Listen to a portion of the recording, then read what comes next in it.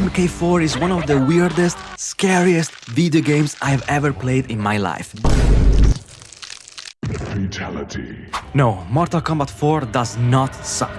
Hear me out. MK4 is a very underrated video game. Sure, it's not perfect, it's a bit clunky, it has a small roster and so on, but there's something MK4 does very well, even better than MK1 in my opinion. It shakes you. Let me explain. This game perfectly captures the essence of Mortal Kombat, and in this video I will show you why. And I'm not joking, I'm dead serious. Sure, it may feel silly for stuff like this, but there's something evil about this specific title. Something mysterious, dark, something that I like. Something that you will see in this exact video. So tell me, are you ready to see What in the mother of hell happens in this video game? Now, MK4 isn't your typical fighting game, and don't get me wrong, Mortal Kombat has always been about brutal fights and over-the-top gore, pushing boundaries since the early 90s. But MK4 took a darker turn by jumping into 3D graphics for the first time. Also, did you know that MK4 was the first game in the series to introduce weapons? Pretty cool, right?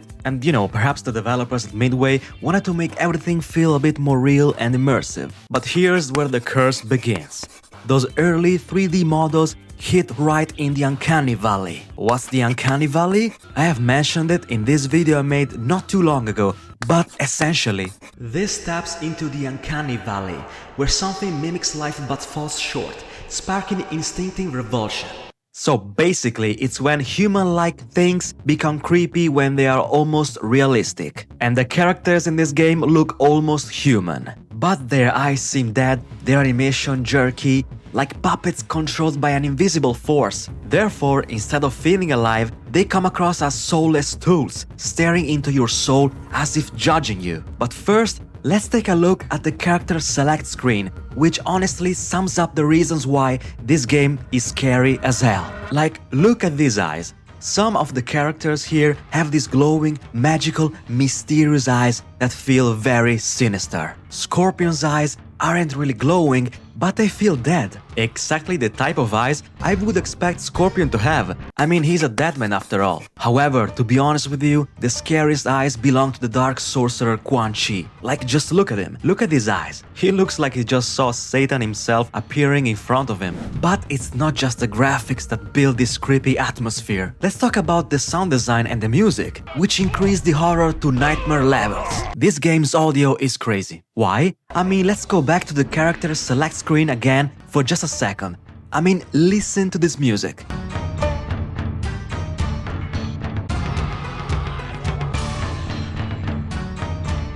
Listen to how scary and unsettling this music is. This loop of demonic music with screams and noise really gives me anxiety. So, the game is already perfectly capable of unsettling you, and you haven't even landed one single punch yet. Hell, you haven't even selected your character yet. That's the magic of this game. So, when you finally choose your character and you're ready to fight, you are transported into this dark experience, where every punch lands with a wet, crunching sound,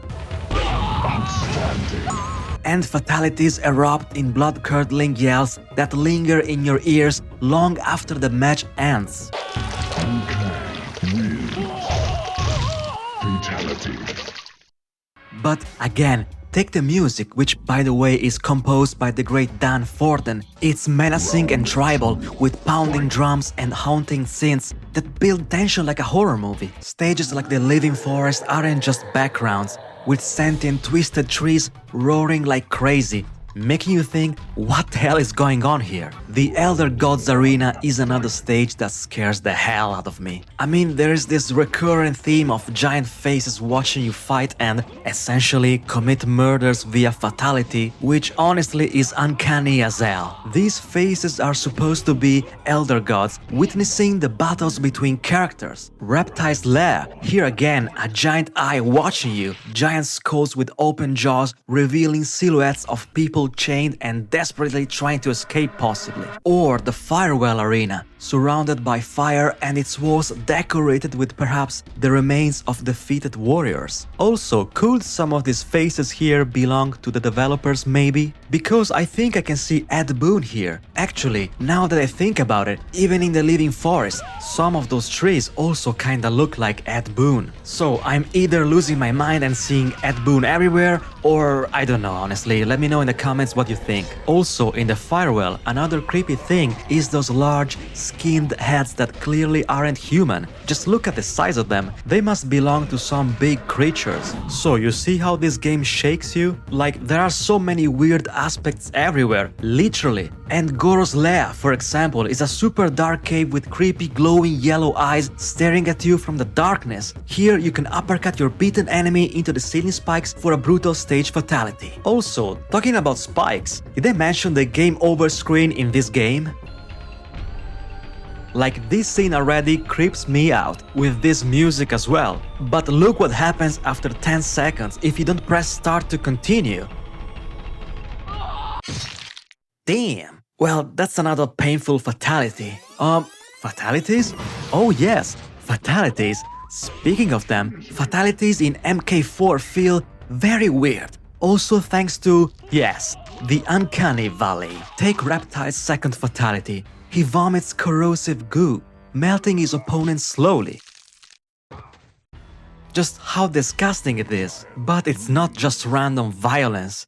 It ties into the dark aesthetic of this game. And let's take Reptile again. This time his first fatality. Just look how brutal it is and listen to this scream.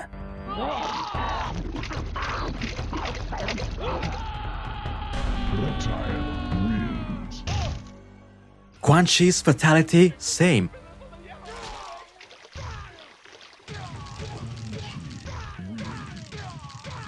Violent and weird. But I can show you Sub-Zero's fatalities and it would be the same result. Here, also listen to this fountain sound effect. It's weird. So all fatalities are terrifying with these crazy sound effects.